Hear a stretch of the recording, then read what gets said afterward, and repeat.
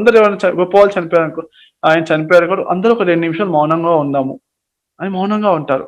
ఆయన ఆత్మశాంతికి గురించి మనం ఒక 2 నిమిషాలు మౌనంగా ఉండాలని వచ్చిన వాళ్ళందరూ ఇంతకన్నా మంచిదేం లేదు ఫ్రెండ్స్. మీరు ఆ కర్మకాండాలు వాటికన్నిటికన్నా కొన్ని వేల లక్షల రెట్లు బెస్ట్ అని నాకు క్లియర్‌గా నేను చూసి అర్థం చేసుకున్నానన్నమాట. 2 నిమిషాలు మౌనంగా అంటే ఏంటంటే ఏమవుతదంటే మామూలుగా మాస్టర్స్ కాని వాళ్ళు మామూలు మనుషులేంటంటే మాస్టర్స్ అంటే ఏంటి? మనం రెగ్యులర్ మెడిటేషన్ చేస్తున్నాం. Master your the mind. ఒక అరగంట సేపైనా ఆలోచనలు తక్కువ అని లేకుండా ఉండగలం అనేది దట్స్ ద మాస్టరీ అన్నమాట.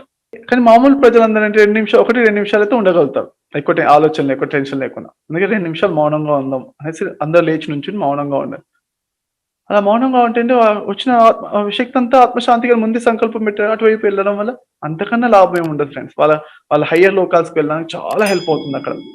చెప్పాను కదా! భూమి మీద డబ్బులుంటే చాలు 80% 80% కష్టాలు వెళ్ళిపోతాయని. అట్లనే వేరే ఏ లోకాలు ఈ నిమ్న లోకాలు ఎక్కడున్నా కానీ కొంత ధ్యాన శక్తి మనం ఇస్తే చాలా లాభం అన్నమాట. వాళ్ళకి ఆ లోకాల నుంచి బయటికెళ్ళిపోతారసలు.